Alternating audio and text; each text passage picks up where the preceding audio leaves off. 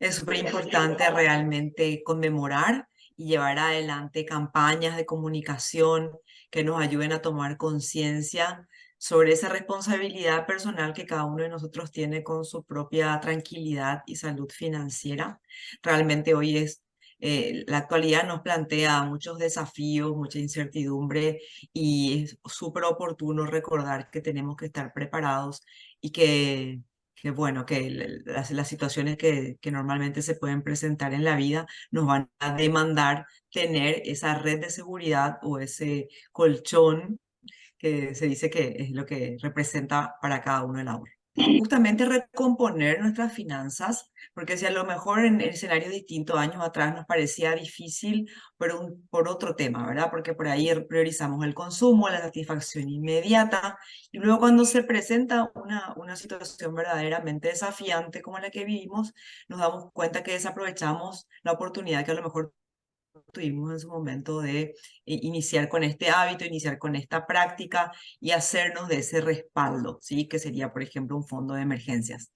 Ahora, actualmente, como con todo lo que decís, ¿verdad? Con el incremento del costo de vida, del nivel de endeudamiento, una disminución de lo que podría ser la liquidez de las familias.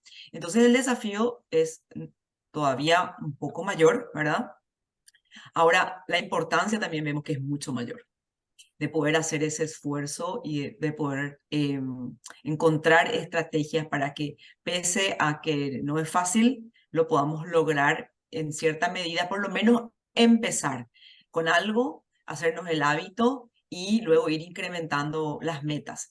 Entonces, es un desafío, pero necesitamos necesariamente apuntar al ahorro y a la inversión, o el ahorro como base para la inversión, para poder recomponer nuestras finanzas. Entonces el proceso sería, hoy en día a lo mejor gasté los ahorros que tenía o me endeudé un poco más para poder equilibrar las finanzas ante una situación. Bueno, ¿cuál es el siguiente paso? Necesitamos ir alivianando esa carga de deudas y en la medida que vamos cancelando alguna cuota o que vamos digamos, disminuyendo ese nivel de endeudamiento, vamos a poder ir reemplazando los montos que actualmente a lo mejor están yendo a parar a pagos, a empezar a hacerlo de forma periódica y recurrente, pero ya como una cuota de ahorro. ¿Sí? Pensemos también que el ahorro también es una deuda, o sea, depende mucho de cómo nos configuremos mentalmente para que nos sintamos más o menos motivados, más o menos impulsados o comprometidos a ahorrar. Entonces, generalmente la deuda representa un gran compromiso que nadie quiere fallar. Entonces, podría ser útil poder ver que el ahorro también es una deuda y de cierta manera lo es, solo que es una deuda que tenemos cada uno de nosotros con nosotros mismos, ¿sí? Es como decir, bueno, el ahorro es la deuda que tengo con mi yo del futuro. Entonces, de esa manera podemos ir haciendo ese ejercicio paulatino, progresivo, de ir reemplazando cuotas de deuda por cuotas de ahorro. Creo que todavía hay muchos mitos que tienen que ver con que hay que ganar mucho dinero para poder tener capacidad de ahorro y no estamos viendo que realmente cuanto más ajustado o limitado sea nuestro ingreso o nuestro presupuesto, más necesidad tenemos de contar con este ahorro, ¿sí? ¿Qué es lo que pasa? Que los seres humanos, o sea, las decisiones financieras para que nos lleven o nos conduzcan a una salud financiera, a una tranquilidad, necesariamente tienen que ser racionales, tienen que ser analizadas, pero como seres humanos estamos todo el tiempo bajo la influencia de nuestras emociones, que de alguna manera contrarrestan esa racionalidad. Entonces el primer desafío es poder manejar las emociones, ¿no? No reprimirlas, no hablo de esconderlas, ni de negarlas, ni anularlas, sino sí poder gestionar esa parte emocional o afectiva de forma tal que no sea un impedimento para que prime la racionalidad en nuestras decisiones, ¿sí? En ese sentido, deshacernos también de los mitos, de repente las cosas que normalmente nos repetimos porque sí nomás, no, solamente si cuando gane más voy a ahorrar, o solamente si gano mucho puedo ahorrar, o no sé, las personas de determinado nivel socioeconómico no pueden ahorrar. ¿verdad? Entonces ir desafiando también es esa parte, no solo emocional, sino también de creencias limitantes, y empezar a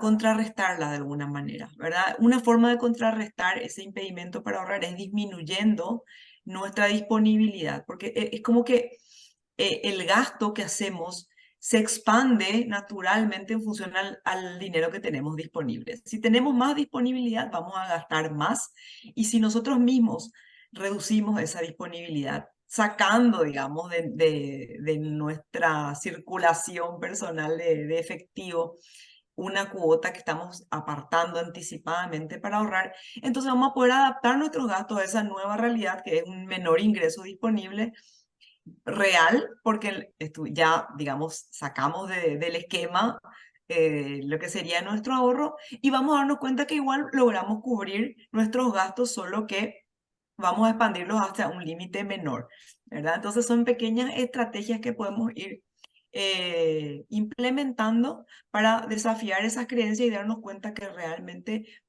repito, no es fácil. De hecho, que nada que valga la pena en la vida es fácil, o no requiere o se puede lograr sin esfuerzo, ¿sí?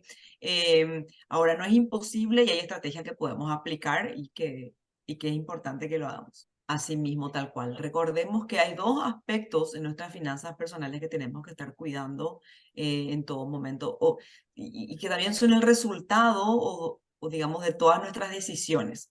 Por un lado es la liquidez y por otro lado la solvencia. La liquidez es nuestra capacidad de responder a nuestros requerimientos de efectivo, de pagos, de compras en el corto plazo, y nuestros compromisos financieros también incluidos, pero a largo plazo la buena gestión de la liquidez nos va a llevar a la solvencia, que es poder ir incrementando nuestro patrimonio, ¿sí? Haciéndonos de bienes duraderos que puedan aumentar de valor con el tiempo, o que nos puedan retornar con algún ingreso adicional, un ingreso pasivo, ¿sí? Entonces, porque también es muy importante empezar a diversificar nuestros ingresos y no depender solamente de nuestro salario o de la actividad que tengamos. Entonces, es súper importante que gestionemos la liquidez. Y ahí está ser atentos, ser cuidadosos con los gastos, ¿sí? Y una estrategia, y además tener reservas para poder afrontar imprevistos que se pueden presentar en cualquier momento. Entonces, ahí está la primera función del ahorro, que sería ser una meta que nos permita o que nos obligue a racionalizar más los gastos, y además que se vaya acumulando de forma tal que ante alguna situación imprevista tengamos un respaldo, ¿sí? Es como convertirnos en nuestro propio banco, en nuestra propia financiera, porque me puedo autoprestar un monto de mi reserva y luego devolverme, ¿verdad? Y si esa gestión de la liquidez a corto plazo se realiza de forma correcta, entonces con el transcurso del tiempo, a través de los años, a largo plazo se va a convertir en solvencia, decíamos, ¿verdad? En un incremento patrimonial, ya sea por medio de la inversión inmobiliaria, de la inversión financiera o de otro tipo de inversión en algún negocio con el cual podamos generar fuentes extras de ingreso, algún emprendimiento. Entonces, esos activos que fuimos adquiriendo nos van a retornar con el tiempo en un valor adicional, sea con un ingreso o con un crecimiento en su valoración. Y tenemos que apuntar también a eso, porque nuestra etapa económicamente activa tiene un límite. De 80 años que vivimos, en promedio, cerca de la mitad nomás estamos económicamente activos. Entonces, en esa etapa necesitamos producir todo el ingreso que vamos a necesitar para el resto de nuestra vida, ¿sí? Todo el respaldo. Entonces, sí, durante el tiempo que estamos económicamente activos, gastamos todo lo que producimos y no dejamos nada para el futuro, entonces realmente va a ser muy complicado el panorama una vez que dejemos de trabajar. Es súper importante el tema de la periodicidad y la recurrencia en el ahorro. Eso es mucho más importante que el monto inclusive, o que el porcentaje de nuestro ingreso. O sea, que sea algo periódico todos los meses y que sea recurrente a través de los años. Entonces nosotros nos podemos poner una meta, por ejemplo, de hacer ciclos de ahorro para juntar no sé, montos de 5 millones anuales, pongo un ejemplo cualquiera.